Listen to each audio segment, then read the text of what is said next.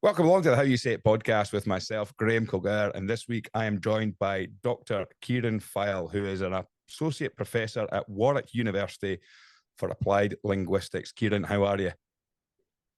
I'm very good, Graham. Thanks for having me on. No, thank you very much for coming along to the How You Say It podcast. As I say, the clue is in the name of what this podcast is really about, communication. I thought, well, let's get a linguistics expert on to talk to us about that. So I think it'd probably be a good idea. First of all, Kieran, try and explain to myself and the listeners what is it?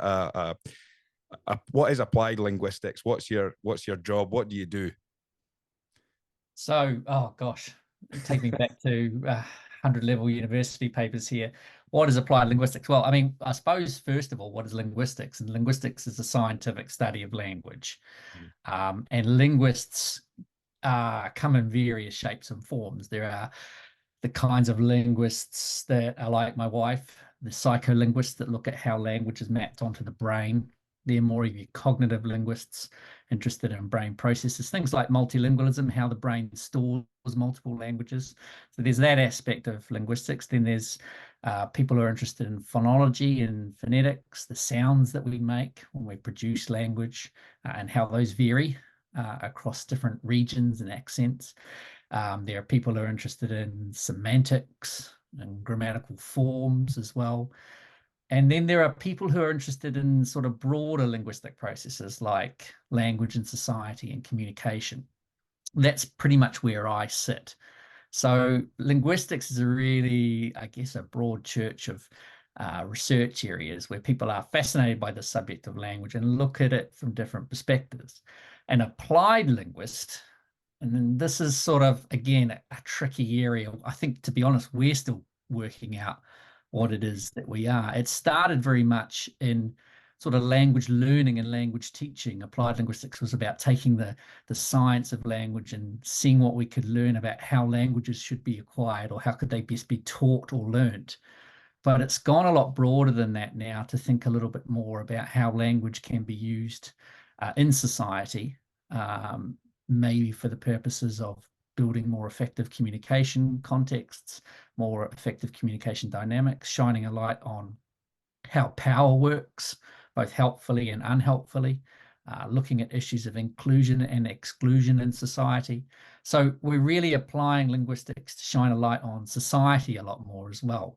So I think that's where I sit a lot more. And I'm sure that if you got another applied linguist on this podcast, they'd have a different definition of what applied linguistics is. But really, we're about applying the knowledge from a scientific study of language. Yeah, I mean, the reason that you flagged up for me was I spotted your book, which is How Language Shapes Relationships in Professional Sports Teams. And your area of expertise really seems to be the use of language in high performance sport. So how did you get into that area of language and communication then? Well, yeah, I mean, I actually reflect on this quite a bit because it feels like I've been very lucky, I think, in my journey. I mean, my undergraduate degree was about as far away from linguistics as you possibly could get.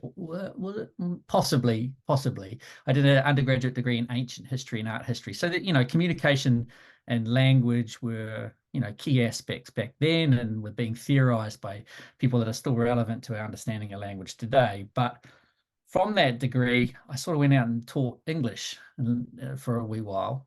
And started to notice that there were things about language teaching that I didn't know. So I went back to university and did a master's in applied linguistics, really trying to learn a lot more about how languages were learned, but then suddenly found this area of linguistics called discourse analysis and sociolinguistics. And they were all about going and analyzing whatever the hell you wanted. And I thought, oh gosh, that sounds really interesting. I could bring my love of sport and my growing interest of linguistics together. And around about the same time as I was thinking about this, the LPGA brought out this English-only policy for its players, where they were encouraging the players to learn English so that they could speak only in English in media interviews. And I thought to myself, that's quite interesting because these interviews seem quite challenging.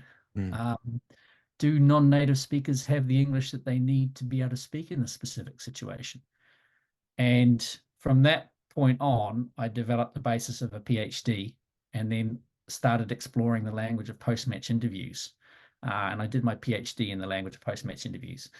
And the goal at the end was really to help non-native speakers learn how to speak the English they needed to speak in these interviews. But as I started to apply those findings and work with athletes, native speakers were also complaining about how difficult these interviews were and how threatening they could be and how damaging they could be and how complex they were to navigate. So after such emotional matches, so I started consulting in that space, and that then opened up the world of sport for me. And at the same time, there are lots of really interesting questions being asked in sport about language, and so that was really the basis from going from my PhD in media really into sort of more issues with respect to language use in sports team contexts. Wow. So for your PhD, you studied post-match interviews from sport. Yeah. I mean, there must be some absolute belters that you'd have watched there. I mean, one of the episodes I interviewed Pat Nevin, former Chelsea player, and he was a chief executive at Motherwell Football Club for a while, and he talked about, the fact is that when you go into a press conference, that everybody in the room has an agenda, which is to sell newspapers or to get the clickbait or the clip now that you want. Yeah. So where do you even start when you're looking through hours and hours of post-match interviews and trying to pick them to pieces and work out what worked well and what didn't work well? Yeah, and I mean that was sort of a real methodological puzzle for the whole thing. Is like, first of all, there's so many different ways you could explore this funny little thing called a post-match interview. I had to really define what it is that I could do in the time that I had, and also within the boundaries of the discipline. My approach was really to try and describe this thing called a post-match interview, try and see whether there was a recurring structure in it. Try and understand the purposes of it, try and look at how interviewers shaped questions and how they shaped interviews, how interviews progress from start to finish typically. I was really looking for structure in that because I thought that would, with that knowledge, I'd be better placed to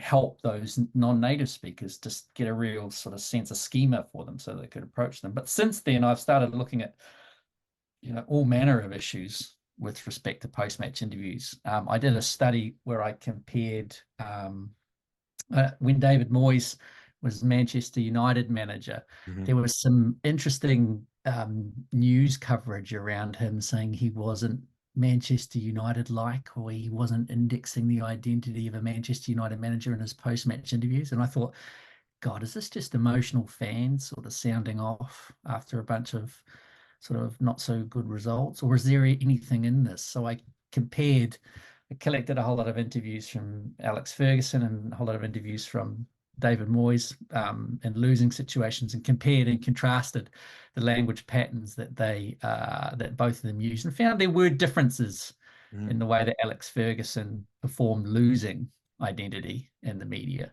compared to Moyes.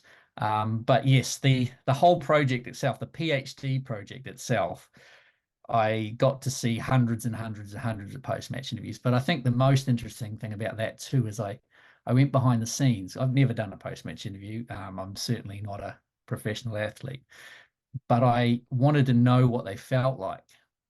So I interviewed athletes, media managers, interviewers, journalists, Sky Sports executives, public relations guidance individuals, media trainers, just to get a real flavor of what these things are, how different people see them, the challenges that they experience, and get a sense of what people are trying to do in these interviews as well. So it was a fascinating project. It really opened up a number of questions to me, and that's often the case with research, is that you don't end up with too many answers. You end up with more questions that you have, and that's the beauty of it. Really, it keeps you going.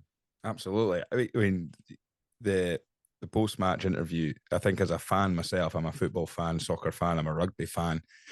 Well, I'm just a sports fan in general. And I think the more fanatic you become, the more forensic people read into every single detail that is in an interview or an interaction between a manager, a football manager, or a coach, or anything like that.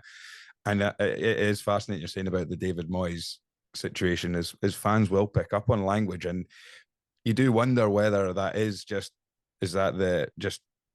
putting too much under a microscope as a supporter and trying to be too forensic, or is there actually something in it? You know, the simple things would be something like if a coach, you may be able to highlight this a little bit more, but if a coach uses a them or us sort of attitude in the language that they're using, if they're, instead of including themselves in the team, if they reference the players instead of us as the sort of nouns or adjectives of the group, is that the manager disassociating themselves with the performance and trying to keep away? I mean, what kind of other things have you seen and picked up on and learnt from in the past throughout the world of sport? Yeah, so I mean, you picked up a really good point there with regards to a linguistic item. So one of the key things that we get fascinated by as linguists is pronoun usage in these interviews. And, you know, talked about the we, the us, the them. And it's really interesting to look at how criticism and blame are performed versus praise. So, you know, when you're praising your team as a manager, for example, you may use they and them, but when you are accepting blame or criticism, you may use more collective pronouns like we and us. Now that's one type of manager that might do that, and you might then draw conclusions about that manager being someone that's, you know, very people-centered, that's concerned about protecting their team. And then you may get the complete opposite as well, where you've got a manager who just throws their team under the bus and would be strategically using pronouns to criticize the team, and they didn't do what I said, and things like that. And then you may get a whole lot of second language managers who may not understand the significance of those pronouns and may be drawing on the letter of the grammatical law book, saying, well, they were the players, so I'm going to use the pronoun they, and then wonder why they get lashed for being insensitive or maybe having lost the dressing room. So these linguistic items, these simple, mundane linguistic choices can actually be pretty meaningful. And like you say, you've got a massive fans that are there looking at these things. They can become YouTube hits. You know, we're surrounded by sound bites from managers. You know, now we have, you know, live pages on the BBC covering the press conferences. Yeah. I mean, you know, it's just the mediatization of sport is incredible, and it's showing no signs of slowing. So and it's often the words of managers and players that actually drive these pages and these interactions between the sports clubs and fans. And the sports clubs have got a vested interest in it too. They draw in connected, emotional individuals that follow their teams. So they, you know, they have a vested interest in putting their representatives out in front of these. But it's just, oh gosh, it must be complex and difficult for managers nowadays with all the mediatization of their jobs. Well, I mean, I suppose, like you're saying, is that with such a big emphasis on language, you mentioned that sort of second language manager or coach who maybe is just saying it as it is, but not actually fully realizing or appreciating the impact that the words that they're saying can really have. With that in mind, then, is now the time where there is more of a need for people who are experts in these language experts, linguistic experts, and people who can help people in these positions. Not just, you know, we're not just talking about sport here as well, and in general leadership, the importance of using the right language at the right time. Are we seeing that now more than ever? There is a need for that. Yeah, 100%. And, you know, not just, I mean, there's so much, the world's a much more global place nowadays. I mean, intercultural contact is an inevitability. So, you know, we're going to need to find good ways to get on well with one another. And that may not necessarily just be may not necessarily put the emphasis just on other cultures learning English. It may also put the emphasis on us understanding, some of the difficulties that people have when they learn languages. And, most language learning has been driven by a focus on grammar and forms. It's like, you need to learn these words, you need to learn these grammatical systems. But, and absolutely you do. Grammar is our shared meaning making system. We can't communicate with people if they don't use the norms, grammatical rules of sentence structure, meaning form. So, they need that, but it can't stop there. You need to consider language as a system of appropriate meanings as well, things that allow you to create strategic meanings, build relationships. These sorts of questions sort of extend the language puzzle beyond learning a set of lexical items and grammatical forms. We need to consider what's appropriate in certain situations. And that area of scholarship is growing, but the application of it hasn't really been fully realized yet. And I think it is absolutely a space where more work could be done by organizations that want to increase fluency and connection interculturally, where they could draw on those insights, get people in to help advise. And there are a number of people that are working in the intercultural communication space that are linguists, that are really approaching it from a fine-grained linguistic lens perspective, that could really be valuable for creating good working relationships across cultures. I mean, it was fascinating. I interviewed Stuart Mitchell, who's a comedian up here in Scotland. He's a British comedian, but he spent a lot of time over in the States. And one of the other areas of his business is he works with chief executives, not on building their speeches or presentations, but literally by making them funnier, adding humor, because his belief is that humor creates engagement. And if you're going to stand and make a presentation to a room full of people, if it's going to be dry and full of facts and stats and data, if you chuck humor into that, it can have a huge impact on creating engagement with an audience and instantly make people feel more, they're enjoying the situation. When you hear about people like that, they're doing it. There's, consultants that are working with people who are about to go and stand in front of the press and media. It makes absolute sense. Yeah, a humor consultant. I like the notion of that. Actually, it's you're sort of lightening up formal speech environments, and the implications of that could be closer relationships. People feeling like social distance is being worn down a little bit. The hierarchy might be narrowed, and that might create feelings like people are more approachable as leaders. I can see logic in that. Humor is something that discourse analysts have focused on quite a lot, actually. There's a professor that I work with at Warwick called Stephanie Schnurr, who's done some really interesting work in how humor works in a leadership context. And, she might be someone that you could look to get on to talk specifically about that. Humor is sort of also kind of a high risk strategy. Oh, yeah. As well. And so, getting that right is probably a really useful example for thinking about that notion of appropriateness in language. Even in the post-match interview, you get some interesting attempts at humor. And just trying to think of this, I wrote a paper about, this notion of failed humor, where someone's made a humor attempt and it's, blown up or become a problem. And there was a couple of cases there. There was instances by Lewis Hamilton. I can't remember now. There's a baseball coach that we looked at as well, who'd joked about it being such a bad day at the office that he might go home and beat his wife. And then another one by Sam Thaiday. Do you remember? Did you see the Sam Thaiday one, the Australian Rugby League one? No. Where he said when he was asked by the interviewer, how was that? Just a generic question, the beginning of a post, how was that? And he said, it was a bit like losing your virginity. It wasn't pretty, but we got the job done. Yeah.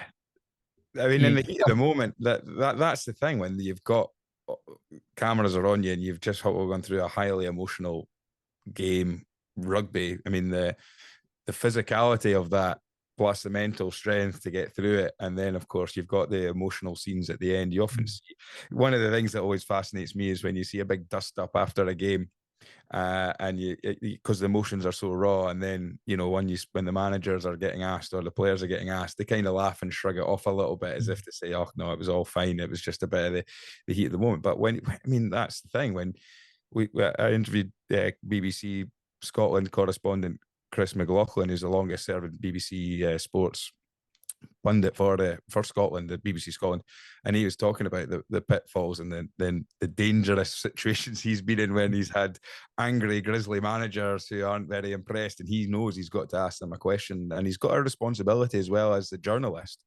It'd be very easy when you form relationships with these people to try and go easy, but believe me, particularly up in Scotland and in Scottish football as well, and it's a goldfish bowl. And if a journalist has been seen to have cozied in with a particular manager, they'll get just as much a stick as the manager would have been if he'd asked the question the hard way. Yeah. All that sort of stuff also highlights how, as an interviewer and an interviewee, you're working together to create this interaction, and you need to understand that you're probably approaching it from different value systems and with different goals in mind, and it's a negotiation. And I'm sure there are multiple managers out there, maybe all of them, that would say I'd rather have a cozy interview, and you do tend to get them on. Now most of the bigger clubs have their own television channels. And you can't imagine a journalist for, say, Manchester United TV going after Eric Ten Hag it went after a series of losses.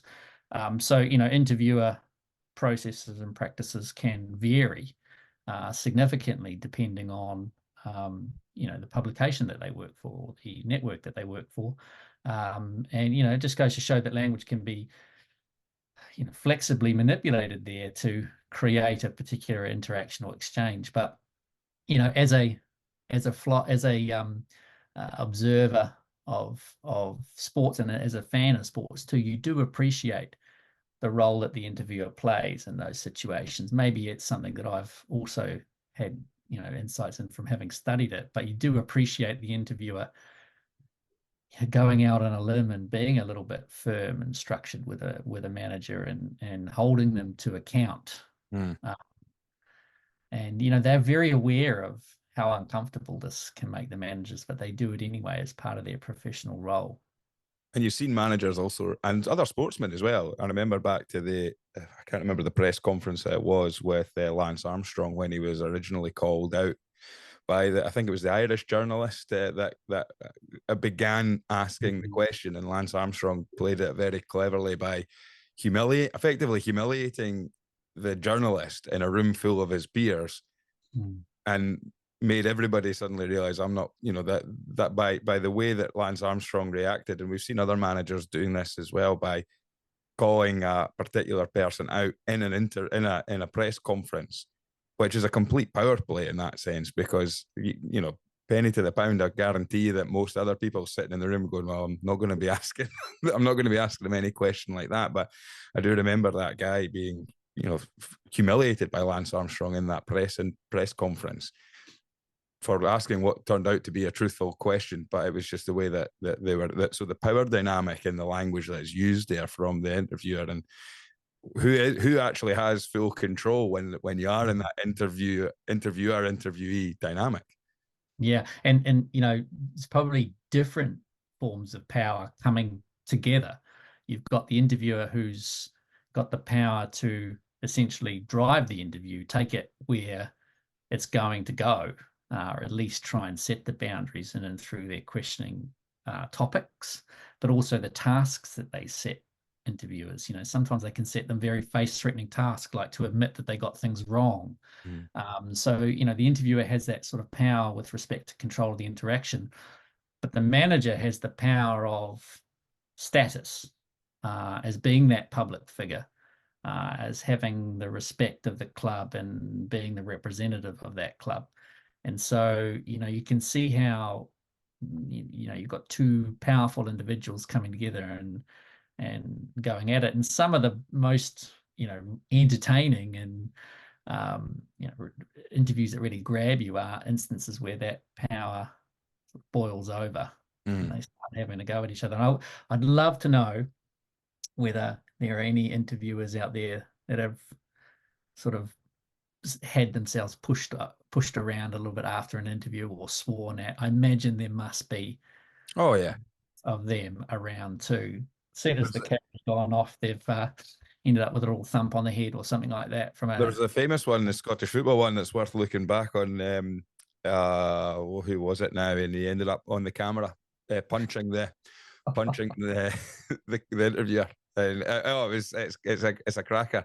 God, the name's completely gone out of my head now. There'll be somebody right now listening to this screaming at their radio or in their headphones about this interview. But I'll try and send you the link of it. But we're going to move on. You spent 6 months working with a professional New Zealand rugby team as a fly in the wall, analysing and, well, listening and watching all kind of interactions between players, managers, coaches, everybody, for your book, How Language Shapes Relationships in Professional Sports Teams. That must have been a fascinating period of time in your life, particularly as a sports fan as well. And I'm assuming from your New Zealand heritage, a rugby man, to be invited into that environment must have been an incredible experience. Yeah, it was. And it's sort of, again, I think I mentioned at the beginning how lucky I've been. You know, it was very lucky. And I always feel very lucky to have been invited into some pretty sacred spaces. I wish it was 6 months. It was about 6 weeks, but I wish it had been 6 months. No, I kind of wish it. We actually started talking towards the end of the project about how good it would have been to stay on and look at this sort of from a more longitudinal perspective. But just to have spent the time with a professional rugby team, and you're right, I was a fly on the wall. I got the role of honorary water carrier. I wasn't on any team sheets or anything like that official, but I was given this role and had to kit up and everything like that so that I could try and fit in a little bit more. But I was really welcomed into the group, and I was allowed to. We talked a lot about what I was doing before I got clearance to go in, and there was a lot of buy-in, not just from the coaches and the players. The coaches were actually the ones who drove the initial project, and really set out to look at how language shapes relationships. We looked at other little issues around communication. But it was really enlightening and really the beginning of my fascination and understanding, looking at language use in team contexts. When you look at the relationships that are formed or that are ongoing in that high performance sporting environment, then this is we're talking about the context of rugby here, but I'm sure it'll probably be very similar through team sport. But what kind of relationships are you seeing in that environment?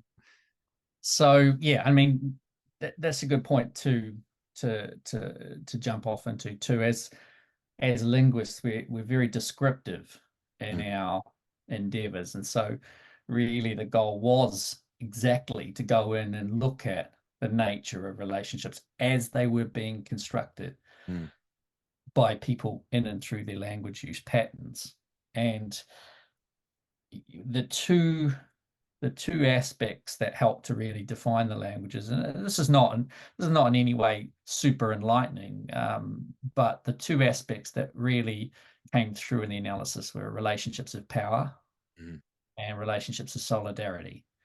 So much of the language use that I explored, and I went into team training sessions, followed them around at training, went into team meetings, flew around the country with them, so hung out in airports with them, went on team buses, on match days, went into the changing room, pre-match, halftime, post-match, and even during the game in my honorary role as water carrier, I ran onto the field with my GoPro camera on and got into the huddle and saw how language was being used on the field during stoppages in rugby matches. All of those interactions, power was relevant. and power was evident, and solidarity was a concern too. And so I was able to really sort of start mapping how relationships worked with respect to these individuals, creating dynamics of power and solidarity. When you talk about the areas that you're there and following them, as you've mentioned, a lot of times when you think about when I was reading the book as well, you're thinking about just the playing aspect or on the training ground and stuff like that. But it was interesting seeing the dynamics for situations like hanging around at airports, being on buses, traveling as a team in a unit. Where were most of the relationships and the dynamics formed, or was there an area that stood out for you where there were certain areas and dynamics formed at different parts of the journey that you had with them? Yeah, so I mean, relationships are always in play. They're always being enacted in some way, shape, or form. I think solidarity was something that was, much more evident in the linguistic rituals of the players when they were together or addressing each other. And that's not to say that the coaches weren't building solidarity in their own rights with the players, but the language of the team, i.e. the players together, was very much a language of solidarity. And when the coaches and the players were together, the power differences between those two roles were really evident in the linguistic practices that we saw. So, you had the coaches basically owning the interactional space when the players and coaches were together. They would begin conversations, they would choose what was spoken about, they would decide how long an interaction should go on for, they would make strategic decisions on behalf of the team, they would evaluate what was good and what was bad, and it was their sort of expertise and evaluative insights that was of the most significance. Very rarely would they invite contributions from the players to this. Probably if they were going to do it, it would be the captain. But, they would often ask at the end any questions, which would often end with, nothing. And then off they would go. And that's not to say that that's bad. And I just need to make that really clear. As a linguist, it's not up to us to really decide whether that's good or bad or not. This is just what we observed. And it sort of points to, for a linguist, that would point to a deeper cultural understanding about this is how language is used in a coaching environment, that the coach is king or queen. And in that context, they own the rights to the floor, and the players follow. And so that's what we found in terms of difference between the different relational dynamics. When you're talking about solidarity and the language used and the interactions that you observed through to show solidarity, for people listening to this, what kind of things were you picking up on? What kind of behaviors and what interactions really identified that there was a strong solidarity between the players? So just a couple of things. Obviously, first of all, as a linguist, we're interested in linguistic forms, but also in non-verbal communication, body language, gesture, gaze, and a lot of physical contact was really evident. I mean, even the process of huddling is a form of solidarity. That creates a barrier between the group and themselves. And actually, I felt that as a researcher, and I felt like one of the first times I felt that was in the first game where I was running on with the water, and they left the huddle open for me to come in, and it was like, I was overwhelmed with the sense of, oh, I belong. Yeah. They're sort of gesturing for me to come in, and I said, oh gosh, that's solidarity being constructed very simply through huddling as a process. And then, linguistically, there's a lot of collective pronoun use, we, us, versus them. So creating barriers between themselves as a group. But also, I think one of the more interesting ones was interactionally. So who claimed the rights to speak? And one of the chapters I wrote for the book was very much on what happens on the field with communication between the players. And with the recordings I'd collected from the huddles on the field, you saw more people contributing more players doing things with their language, like criticizing, providing strategic guidance, raising problems that needed addressing. So you saw more individuals engaged in the governance of the team, compared with situations where the coach was, in the room. Once the coach was in the room, everything flowed through the coach. Mm-hmm. So as a real marker of solidarity, there was this sort of sharing of interactional rights to the floor. There was much more opportunities taken by players to contribute to the governance of the team.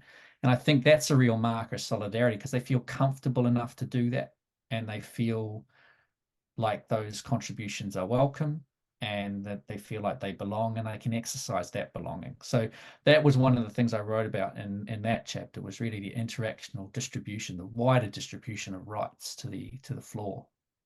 Yeah, the other dynamic that I really, as a sports geek, I suppose, and somebody who really enjoys looking into relationships, relationship building, behavioral change, and stuff like that, is interactions with new and young players coming in. And one of the, if I remember correctly, it's been a while since I read the book, but you discuss about new signings that are new players that are joining the team, and also young players. And now, of course, you always think that in a traditional hierarchy of the seniors to the juniors, and it's what interactions and what space new people coming in, but also the younger players as well having. I'd be interested to hear a little bit about that and how you picked up on some of that stuff. Yeah, so again, it was all in the situation where the players were together by themselves. They were sort of, I guess, on the field away from the coaching staff. Sometimes it was some of the first times I'd heard these voices. You'd get in the huddle, and then someone would talk, and I'd be like, oh gosh, I haven't heard that voice. Been here a couple of weeks, I haven't heard that voice yet. And you'd look over and you'd be like, oh, that's that 17, 18, that 18-year-old kid that's just been brought in to play centre. Oh, okay, so he started talking here and he's a bit more comfortable here as well. So yeah, I think it's a gradual process of confidence. If we could certainly look at it from the perspective of the individual gaining confidence, but we could also look at it from a context perspective, and the environment that creates the opportunities or gives players the sense that they can contribute regardless of their status in the team. And status is, a tricky thing to pin down. Status is ascribed to captains and leadership groups officially, but unofficially there are also more experienced players that may have higher accolades but may not be as experienced. That was an interesting dynamic too. So you had players there that had represented higher levels of the game, national teams. They had certain elements of status too, that was known by the group. So, it's not just young and older groups, but there's, in terms of age, but there's all sorts of elements of status that can affect how someone might feel like contributing. But the environment does a lot of work too. And in those playing environments, the captain wasn't a huge speaker, and other people, but he also at the same time, he didn't claim complete and utter ownership of the floor in absence of the coach. There are other people that contributed, and he welcomed those contributions. In some cases, I think there was one example where a player actually called him out for a mistake he'd made, and he agreed and he nodded away and he took ownership for it. So, those little moments where, something like that's quite marked is performed, they can be really significant for constructing a culture, because at that moment everyone might have been like, oh gosh, he's just called the captain out, how's this gonna end, or how's this gonna play out? And if the captain accepted that, then it suddenly gives people an understanding of how that person might respond going forward, and that gives them a sense of, oh, this is what we're building here. We're building a culture of ownership. Did you ever see an example, I'm trying to remember back, whether players spoke back in that sense to the coaching staff or people within the coaching staff? No, there were a couple of little instances around humor, which is quite interesting. So there are a couple of instances where the coach was having a bit of a joke with some of the players, and humor functions in multiple ways from a relationship perspective as well. You can have teasing Yeah. Which, isn't really creating a solidarity relationship to some extent, depending on the nature of the teasing. But there were instances where the coach would tease and some of the players would tease back. Right. And I remember one instance where I think the coach had made a teasing remark at one of the players, and then he teased back. I can't remember the exact context. It was something like, "What was that play called?" And he asked somebody directly, and there was silence, and then everyone laughed. And then that player turned around and said, "Well, what was it, coach?" Right. And coach couldn't remember it either. And then everyone started laughing even louder. And I think that person by the end ended up doing extra laps as a response, as a sort of a recalibrating the power dynamic there, because that person sort of stepped outside of the norm there by trying to tease the coach back. So there was a little bit of that, but coaching's sort of, I think, quite a traditionally hierarchically evident profession, and most of the time players respected the power and authority of the coach to be able to run everything, but also that they were sort of untouchable from a teasing perspective as well. From your time there, would you say that there was a complete, I mean, just even hearing your chat about that interaction there, was it really split solidarity with the players and power with the leadership group in terms of the coaching staff and things like that? Yeah, I mean, it's hard to, I don't think that, I mean, power and solidarity are always relevant to some extent.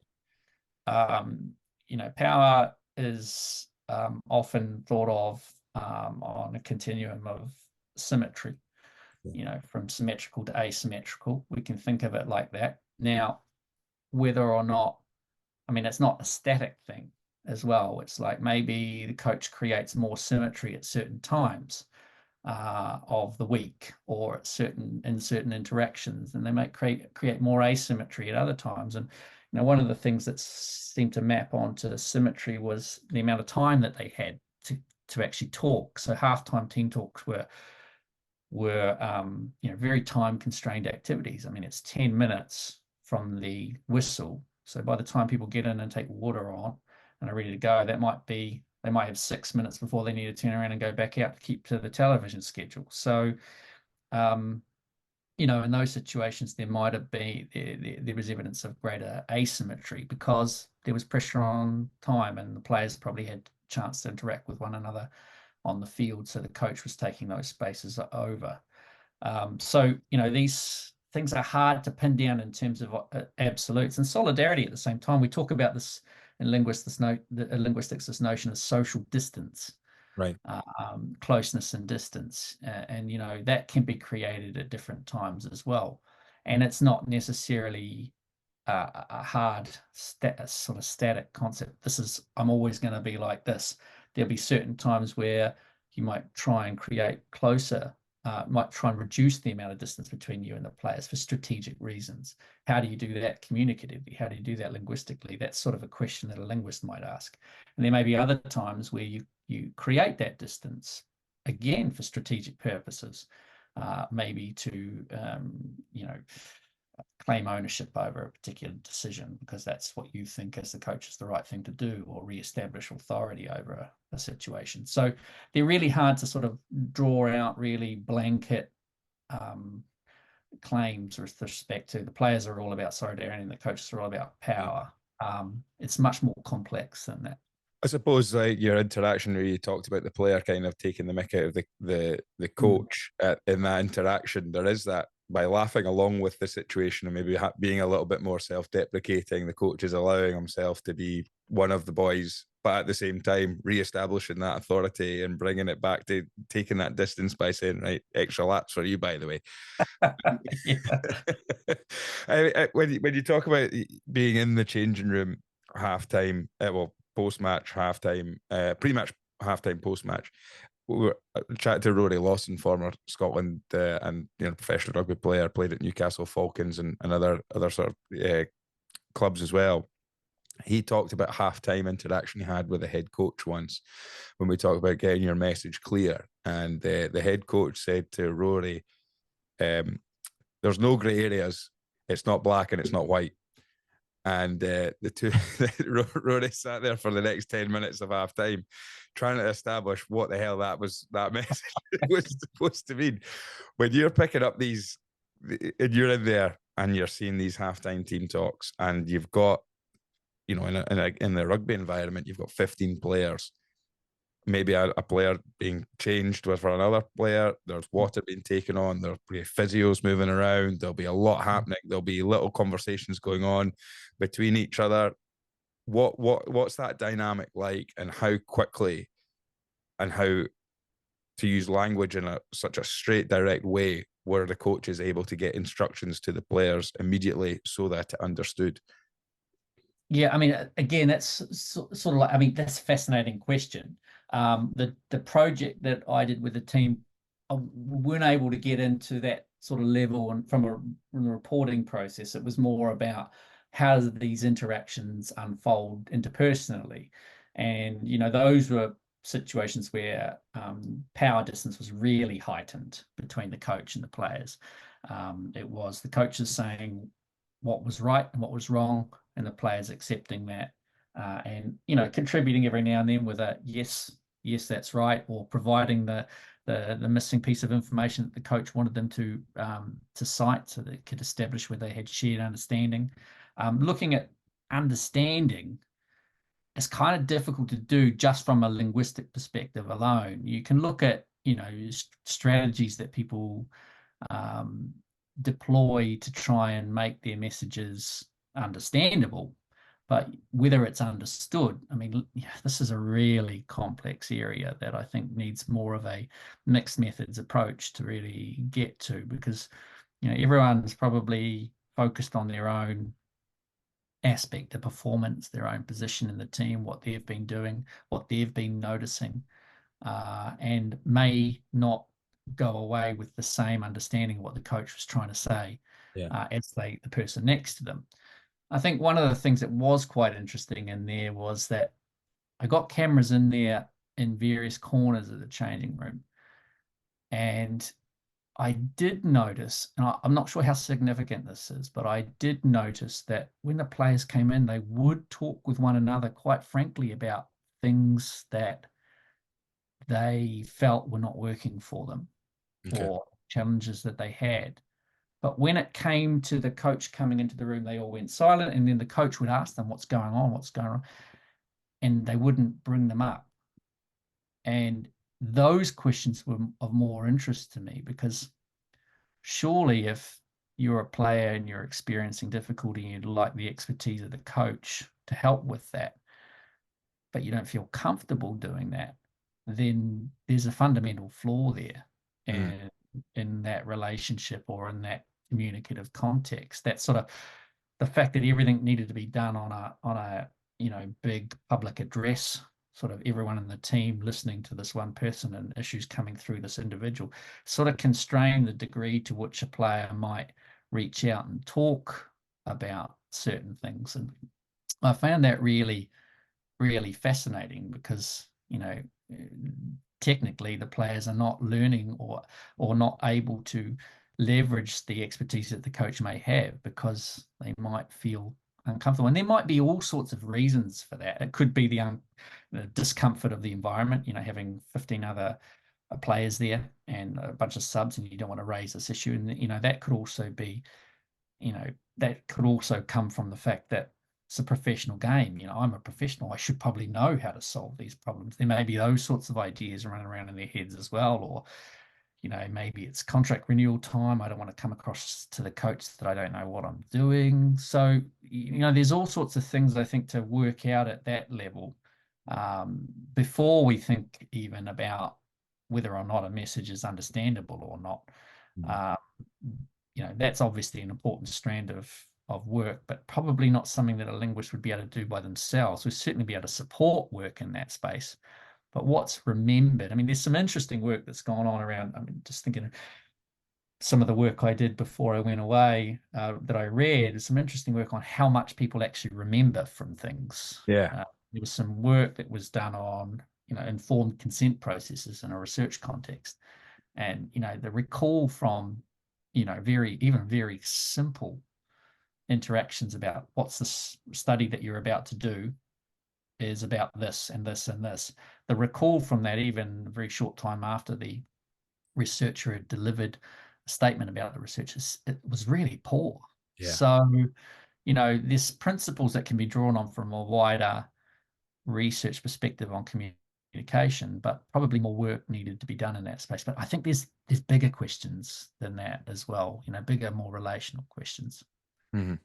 I mean, the inside of a dressing room is always, as a sports fan, what people, it's amazing what, like we talked about it earlier on, even in the post-match interviews, one little bit of language and people will say, oh, it sounds like they've had a bust up after the game, or it sounds like there's unrest in the changing rooms. I remember, was it Gordon Strachan talking about it at his time with Aberdeen with Sir Alex Ferguson, a young Sir Alex Ferguson back then. And he said, God, if we had the same press and media coverage that we've got now, that we had back then, he said, every single week we'd be talking about a changing room bust up with all the arguments and things like that were going on. But after the game, I heard a podcast interview just a few weeks ago, and they were talking about Paul Le Guen at Rangers, and Paul Le Guen never did much analysis after the game. Win, lose or draw, came into the changing rooms, said, right, guys, had a quick 2 minutes, and then said, we'll talk about it on Monday. And one of the things that he actually, it was reported that there was a bust up between him and the captain because there was a particularly disappointing game. And the captain felt that wasn't the standards that the club should be accepting. And he felt that by not seeing it out and having it out in the changing rooms there and then, there was an acceptance of that subpar performance. Now we're hearing that more modern managers, they don't want to have these interactions with the players because emotions are so high, and they just say, right, let's get home, let's forget about it, and then we'll come in with the benefit of reflection and have a conversation on the Monday or whenever we're able to do it. What was it like for you then when you were in there? Did you notice that? Did you pick up on that? Was it that same power dynamic with the players, win, lose or draw? Was there tension at times, or was it always just left, let's not get too high and too low and let's get back and talk about it once we've calmed down a bit? Yeah, so all the games that the team played that I observed, they won. So I'm not saying that's because of me, although I would like to. Water carrier was a difference. Yeah, yeah, it's an advertisement for getting a linguistic researcher in. Obviously everyone was very careful with their language, and that's why things worked out. I'm limited to some extent from a losing perspective. But what you talked about with regards to the older manager that you mentioned, or the manager you mentioned from Rangers, or I'm sorry, Paul Le Guen, yeah. So yeah, yeah, it was a good few years ago now, but it seems like it was ahead of its time. That was what I saw. The end of the match address, there was something that was sort of much more ceremonial in nature. Short, sharp.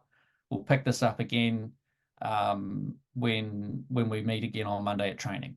And some of that was related to things like needing to do warm downs, ice baths, so some of it was very sort of performance factor related. The physios needed to get to work pretty quickly on some of the players. They needed to take on carbs, and sometimes they needed to get to the airport pretty quickly as well. And so there are all sorts of things there. But I think, from a post-game perspective, they're much more ceremonial.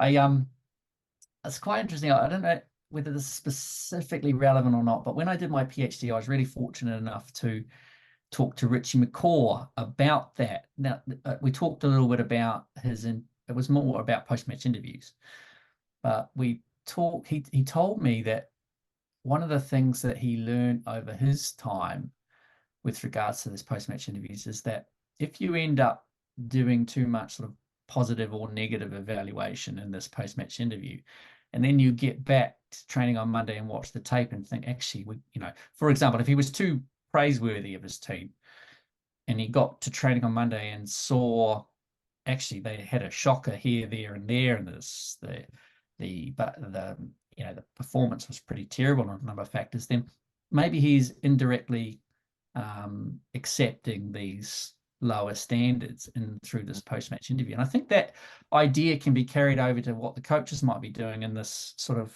very ceremonial post-match address to the team, is delaying judgment until they've seen the data in greater detail. And coaches probably have teams of analysts now that would go through and pull things out so they can get a real good picture of the match and how it went before they then address the players.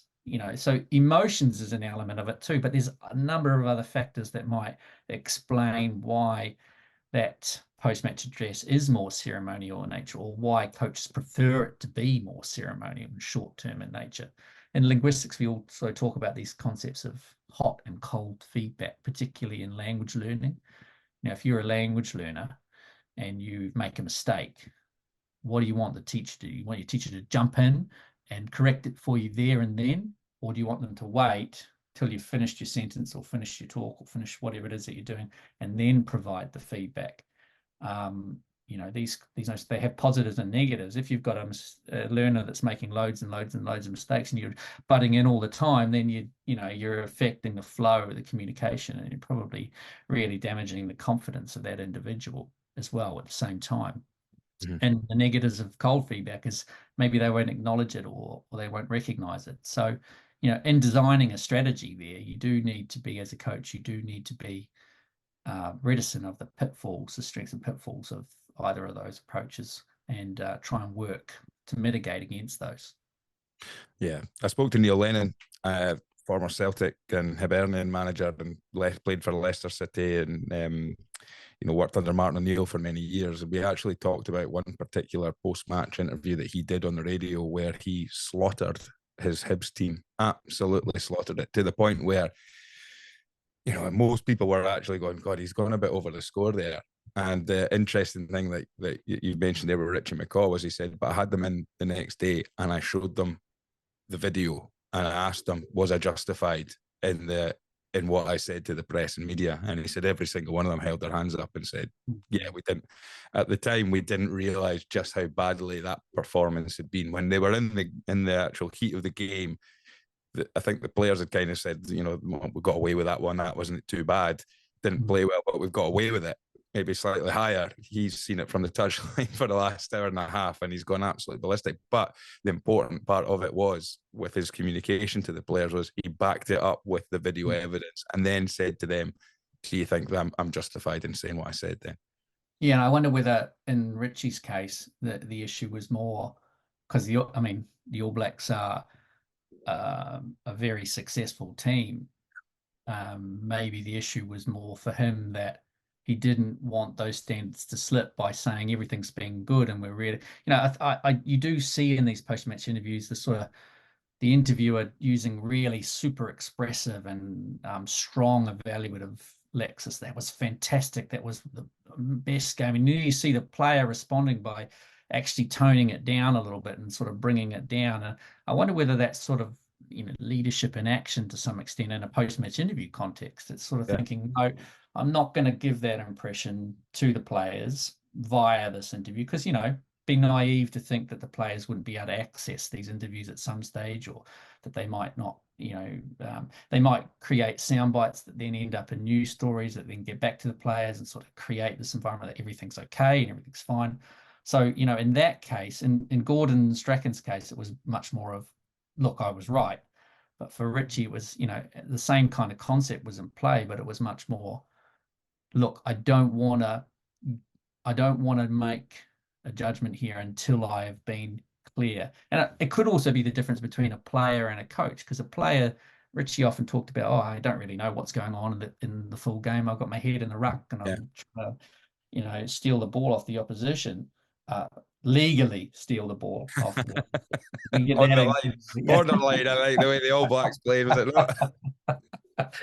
Legally steal the ball off the opposition.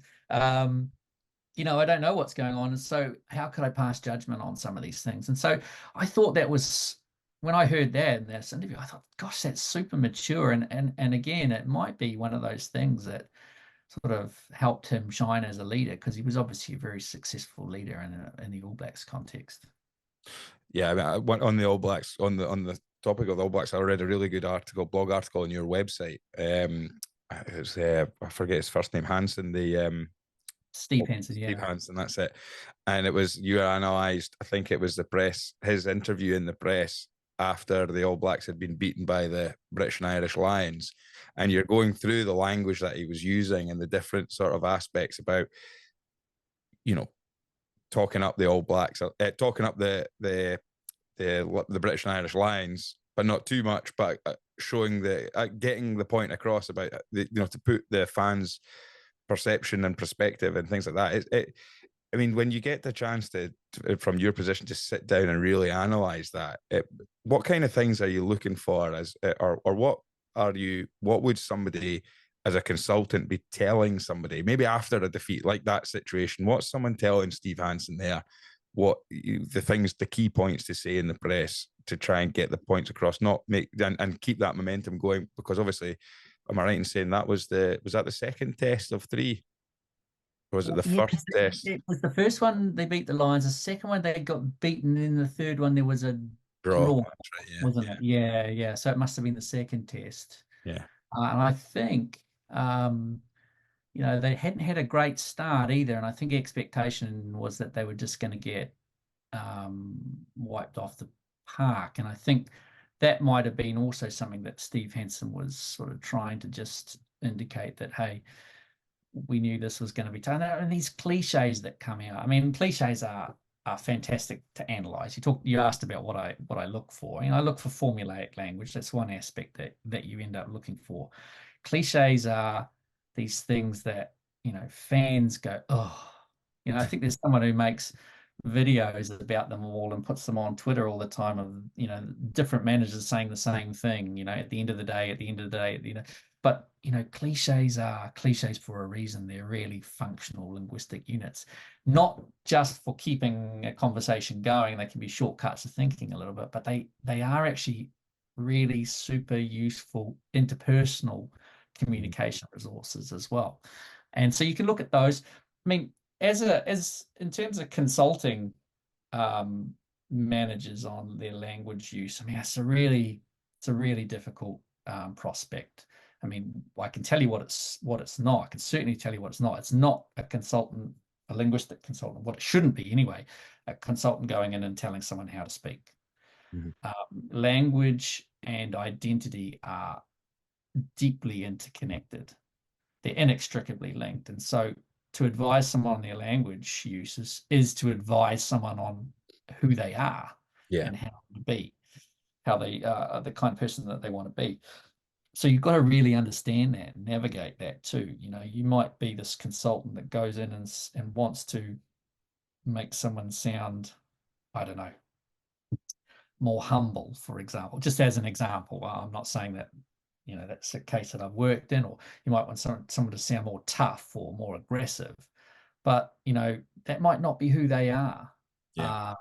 And so, there's all sorts of really important questions to negotiate with the client about what it is that they're trying to do. And you can draw generally on things that work. And, one of that Steve Hansen case, I think the argument, I can't remember. I don't know when did I write that? Did you see? Like It must 15, I think, or something. Yeah. So I can't remember, but I think one of the points I wanted to make there was when you lose,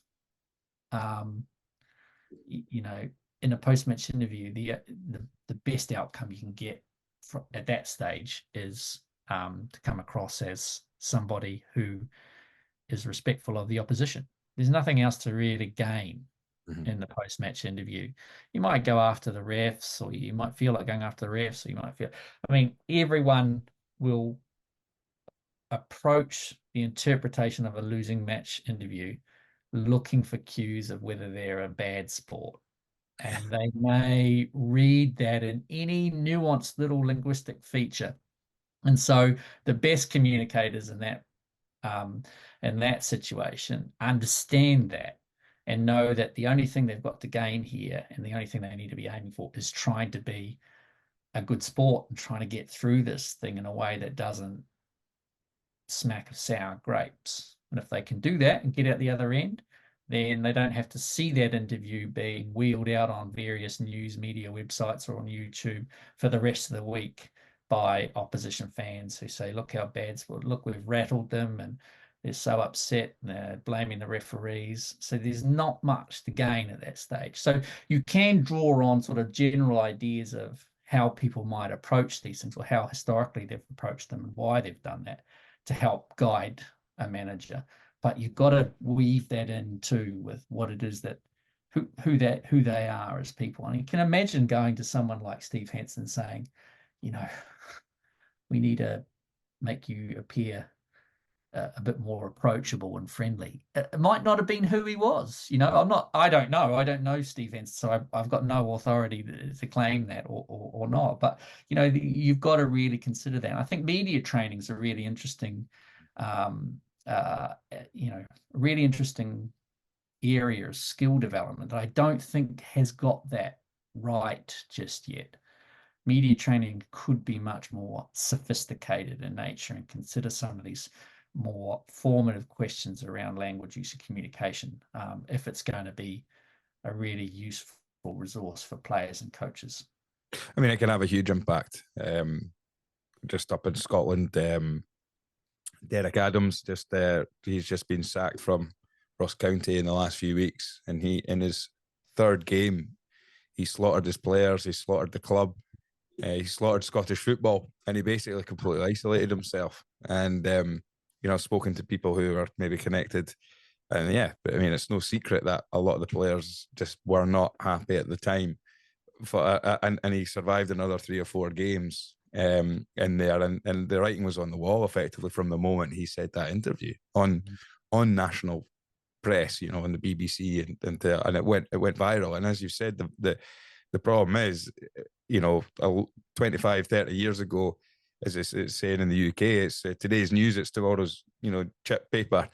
Whereas now it's clipped up, there's sound bites, it's on TikTok, Instagram, Twitter, fans forums, it does the rounds, and then narratives suddenly created instantly. And yeah, I mean that I mean there'll be maybe he'll deny it, maybe other people might try and play it off, but I'm pretty certain that was probably one of the biggest nails in his managerial coffin for that period of time at Ross County for what he said there. We usually finish every interview off by asking my guests the key fundamentals to communication from their perspective and from the experience that they've had. I purposely don't give people a heads up on this because I like to see I like to see from the moment that they go through this process. So yeah, for yourself, Kieran, what would you say the key fundamentals in communication are from your own experiences? I mean, I can really approach this quite comfortably from the principles of communication as a researcher of communication. And, you know, I'm not sort of panning you off here to talk about this. I'm actually saying that really as communicators, we are all doing our own research and our own interactions all the time. You know, we're asking questions about that person as they're talking to us and thinking, oh, is this someone I could be friends with? Is it not? Is this someone's trying to be more assertive here, or are they not? So, you know, whenever we talk with someone, we're engaged in sort of what could be considered tantamount to a research process.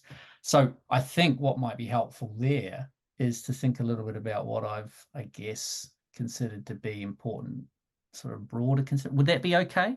Yeah, of course. Then yeah. I can just hide. I can hide away from giving very hard, concrete communication principles. So one thing I would say about that is I challenge your assumptions all the time. You know, that's a route to growth and understanding about other people. We often think about communication. Well, actually, to be honest, we don't actually think about communication can be quite a selfish endeavor. This is what I meant. This is what I think. This is what I'm doing.